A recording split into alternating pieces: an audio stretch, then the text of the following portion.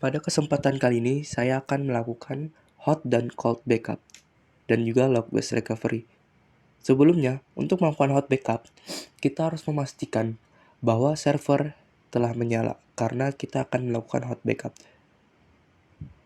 Pada Postgres SQL, untuk mengecek sebuah server sedang berjalan atau tidak, kita bisa masuk ke dalam direktori dari penyimpanan hasil install PostgreSQL tersebut.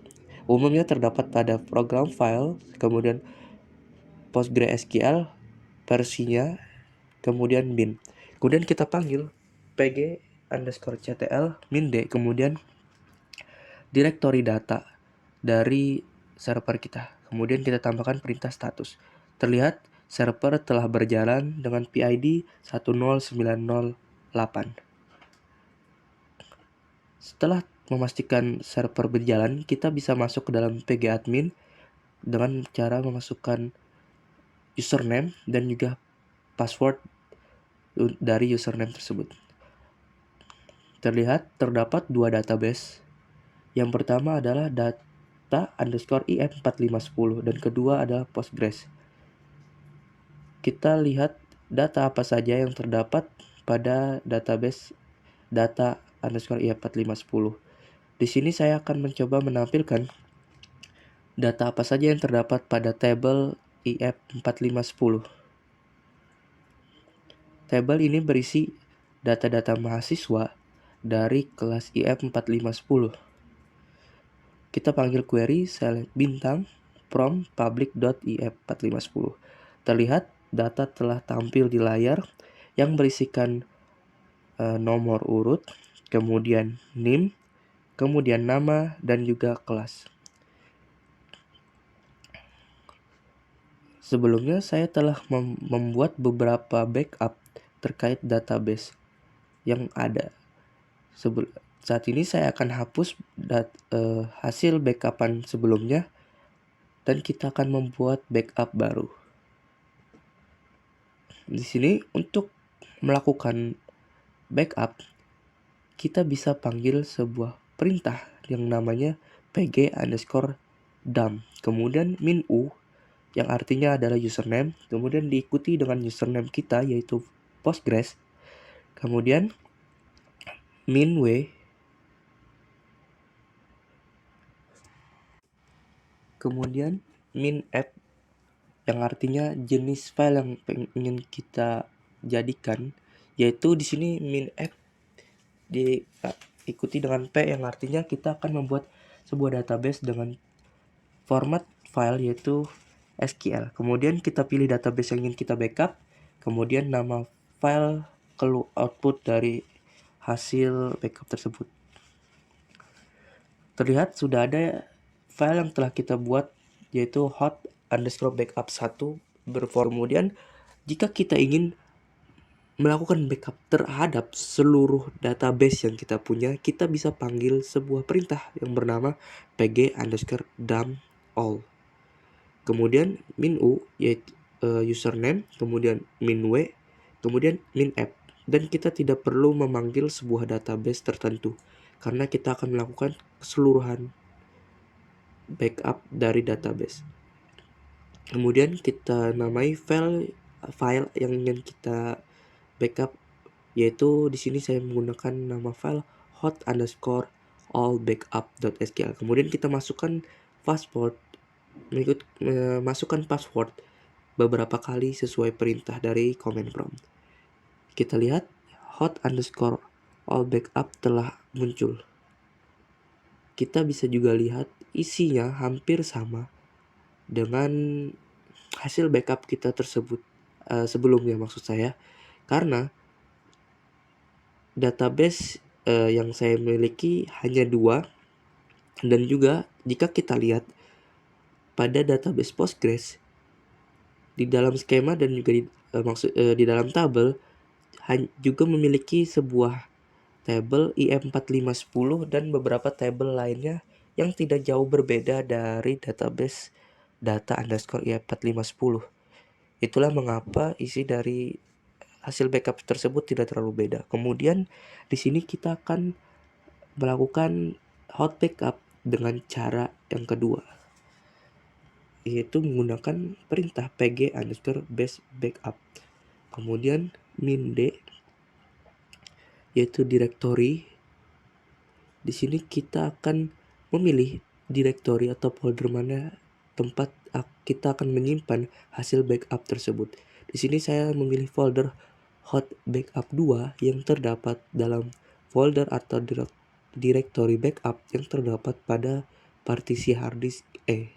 Kemudian min h dilanjutkan dengan nama host kita, kemudian min u yaitu username dari database kita, kemudian min p yaitu port dari server kita yang sedang kita gunakan, yaitu di sini saya menggunakan port 5432.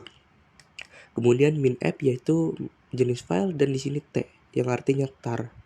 Maka kita akan membackup ke dalam format tar. Kemudian kita masukkan password dari username. Oke, baik. Jika kita lihat pada folder hot backup 2 telah terdapat hasil backup dari yang kita lakukan tadi.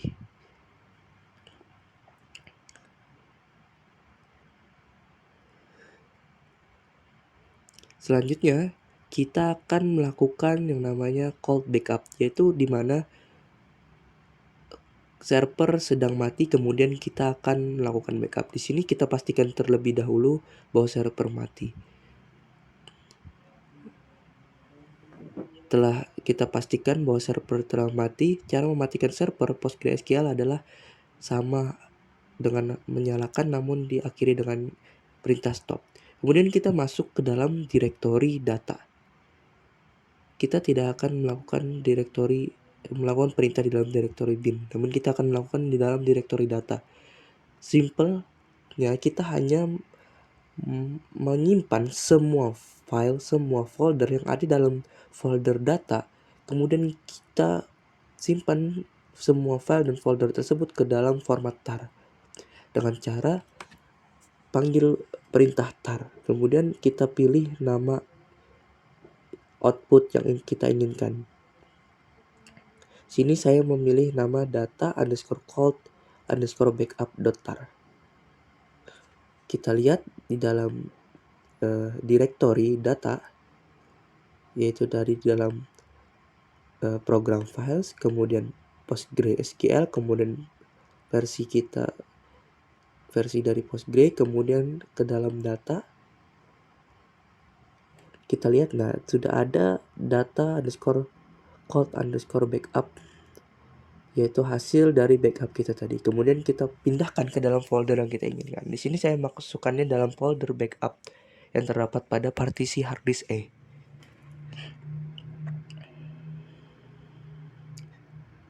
Sini saya akan coba ekstrak hasil hot backup kedua, yaitu hot backup yang kita lakukan dengan cara kedua dengan base backup.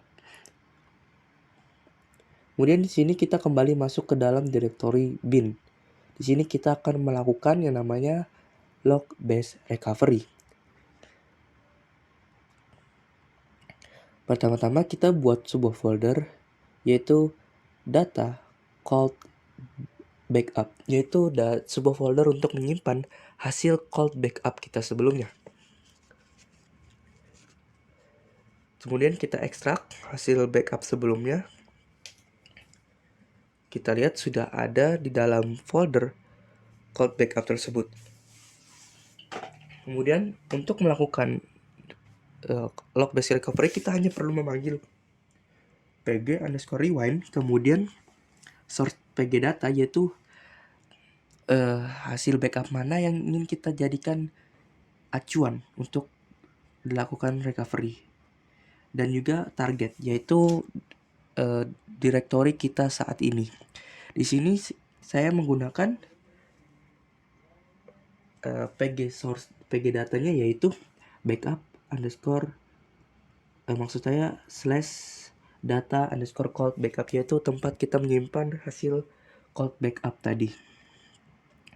Kemudian juga targetnya, yaitu directory kita saat ini, yaitu maksud saya directory dari server kita.